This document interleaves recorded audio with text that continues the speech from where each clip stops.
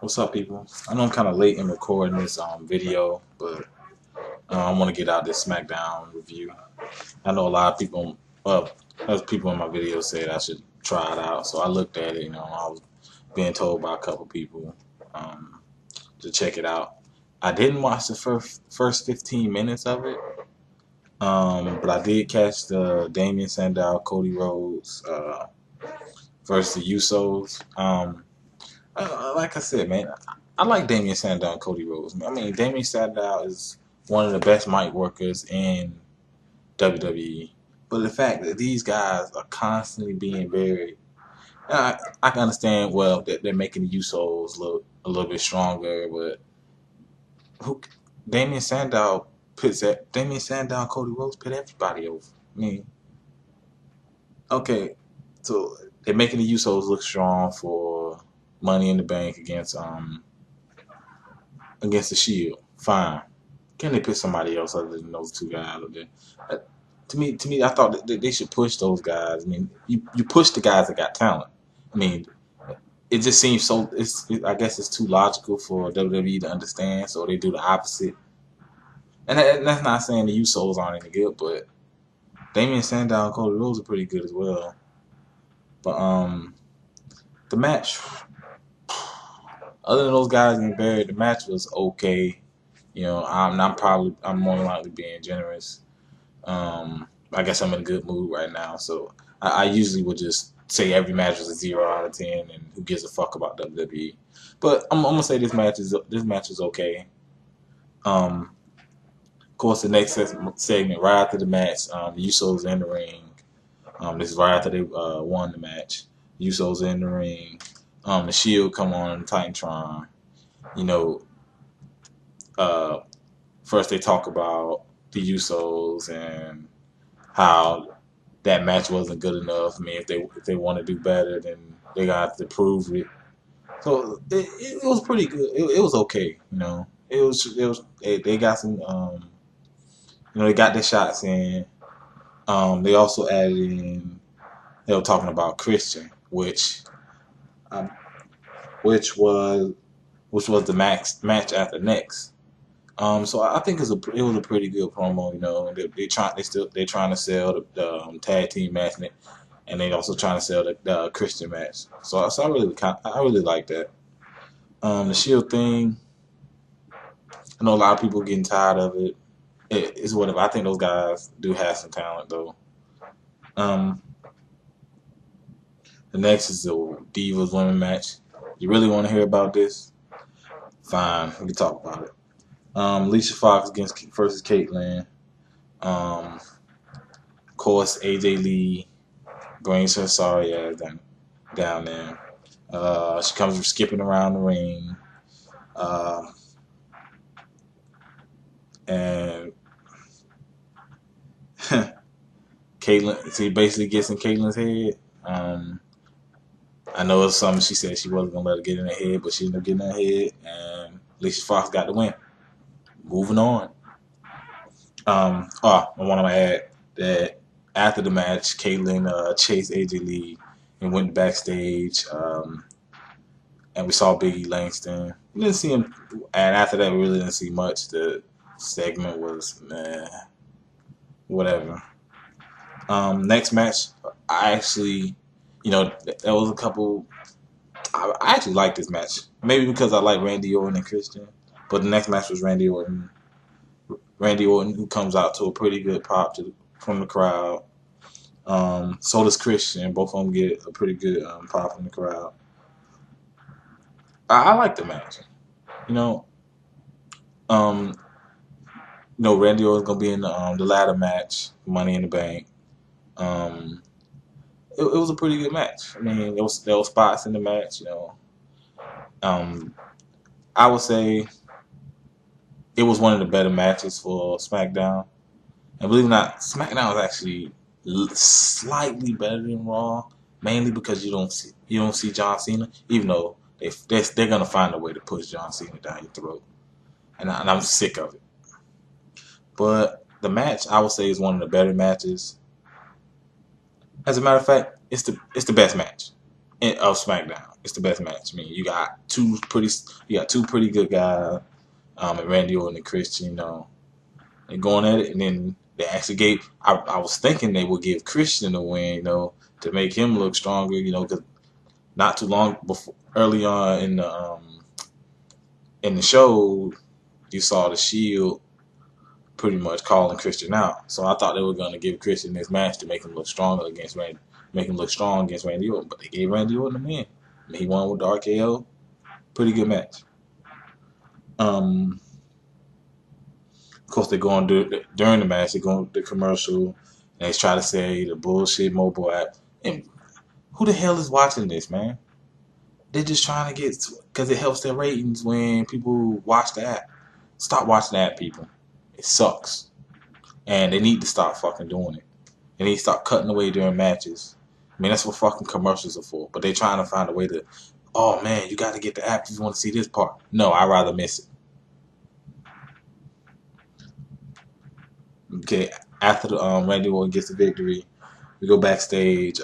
Teddy Long, Paul Heyman, and Teddy Long tells Paul Heyman he's gonna be the guest commentator for the main event of the night, which is CM Punk, Alberto Del Rio. And CM Punk earlier on, I believe, said that he didn't want Paul Heyman out ringside. So Paul Heyman was telling Teddy Long that nah, I don't want to be ringside because CM Punk asked me not to. And Teddy Long basically got him to do the commentary. So he agreed to it. It was pretty good. Paul Heyman's pretty good. I can't complain about him.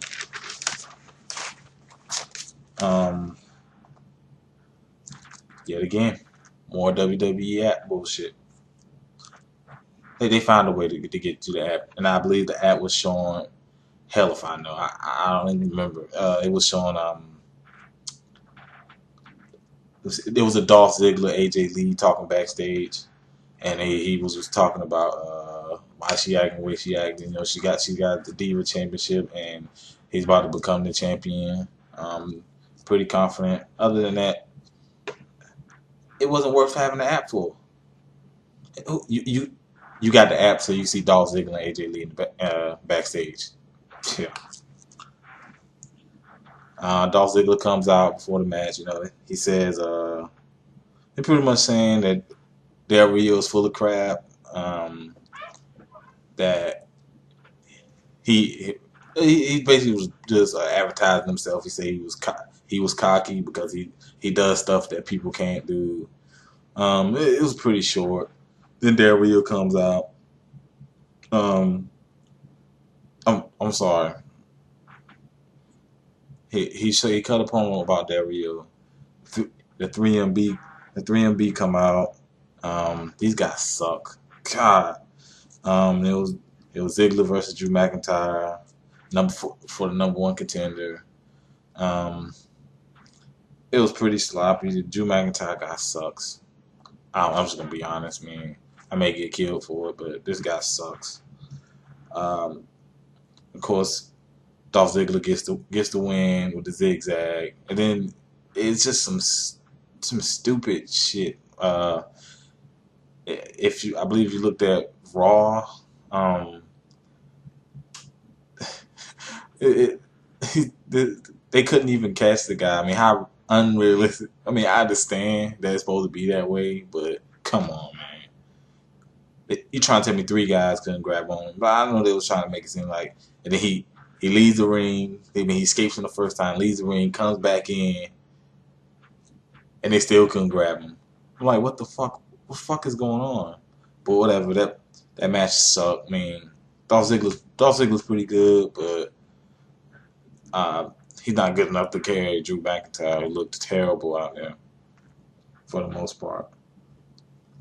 And it was actually a pretty short match. It wasn't that long. They go to commercial, come back to Mark Henry. They showed a nice little vignette showing him in high school, and showed some of his matches, him slamming Big Show, just breaking the ring. It's actually it's actually pretty good. I mean, it would have been really good if it was anybody else. If it would have been anybody else but John Cena. But too bad it's John Cena. It really took away a lot away. I know Michael Cole was talking about the. You think Mark Henry can beat Cena? And he was like, that was the toughest guy. He's Mark Henry's the toughest guy he's ever wrestled. What about The Rock? But it was bullshit. The video itself was pretty good. The video package itself was pretty good. I really liked it, but it's just more stuff to make John Cena look strong by making Mark Henry look so dominant. Um, we'll have to see how Money in the Bank goes. I'm not really looking forward to it. You can pretty much already guess what's gonna happen. Next segment, this fucking idiot comes out dancing. I can understand. Okay, the kids like him, but this guy is a travesty. He is a disgrace to wrestling. This guy comes out with his dancer, comes out dancing. They're even trying to sell. Please tell me in the comments what the name of this is, because I refuse to even write it down. It was some I think it was his opening, his intro song on iTunes. If I don't want to hear it when he comes out, why the hell would I go pay for it? And we got Fandango versus Justin Gabriel. It was a shitty 2 to 3 minute match. Fandango squashed him. Just more ways to put this imbecile up and make. Oh my god, it was a short match. The dude sucks. Can't wrestle. He's just out there just to dance for the children. You got people in the crowd dancing. Pisses me off. Next fucking segment, man. There's a Jack Swagger, Zeph Coulter, Antonio Cesaro all show up on the Titantron, basically cutting up.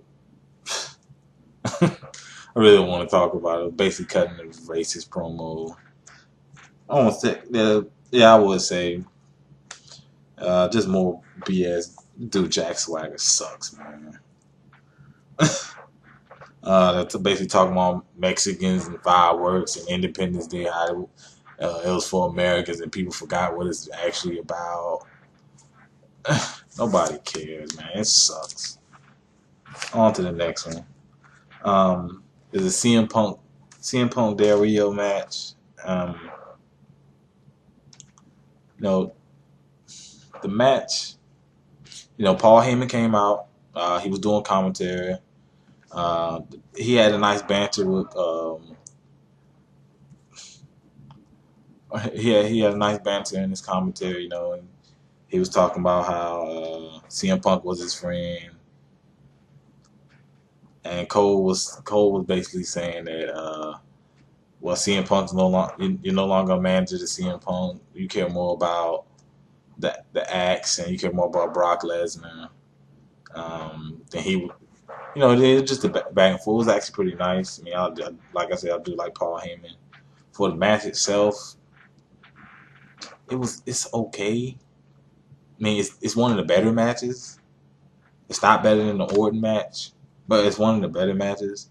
And once again, you get into the match. It goes a commercial during the match, and guess what you get? More WWE app bullshit.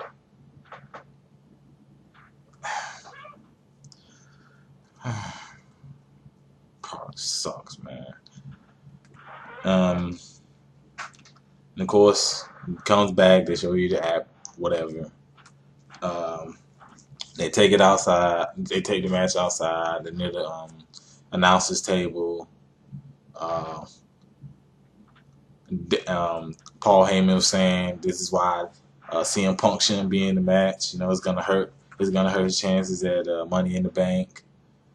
And Paul Heyman gets in Del Rio's face. Del Rio hits him. Paul Heyman actually sold that punch better than John Cena would. Um, the ref was in the ring counting. It ended up being a double count out. Then it actually after CM Punk saw Paul Heyman get hit, he sold that he was getting angry that you hit my friend. They went back in the ring. They went back in the ring. As a matter of fact, outside the ring, he hit him with the GTFO. And I mean, I guess the ending part was okay.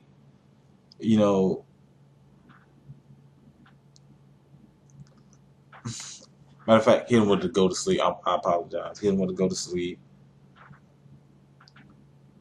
And that's pretty much how the show ended. I mean, yeah, it's a plus that Cena wasn't in it, but most part, it wasn't too good. I mean, you got guys like Fandango, you got Del Rio, the Jack Swagger segment. I mean, all of them were just cringeworthy, not including the WWE app stuff. I mean, the Diva match, Damien Sandow getting buried, Cody Rhodes getting buried. I'll give it a 3 out of 10 because I really did like the Orton match. Other than that, I could say if you watch Raw, I mean, I guess you could tune in to Smackdown. I mean, it is an hour less, so it's an hour less of dealing with it, so it's over faster. You can watch it. But other than that, it's okay. I mean, it's still shit, but it's okay for the WWE standards. If honestly, if you watch TNA, man. I mean, I didn't do a TNA review. We watched Bruce Bliss' channel. He did TNA review. TNA is still better. WWE yet again still bears talent. They don't show guys like Big E Langston. They got dancing guys. Showing John Cena commercials with him buying 200 expensive ass T-shirts. I want to buy your Fruity Pebble T-shirt, son. So I like I said, I would give it like a 3 out of 10. I'm being nice. I give it a 4. I'm gonna be nice. I'm gonna give it a 4 out of 10. For the most part, it sucked other than the Orton match. The Mark Henry thing was pretty good. But if you watch SmackDown and punish yourself or watch through it, let me know what you think. Comment down below, like and subscribe. Please tell me if you watch this bullshit.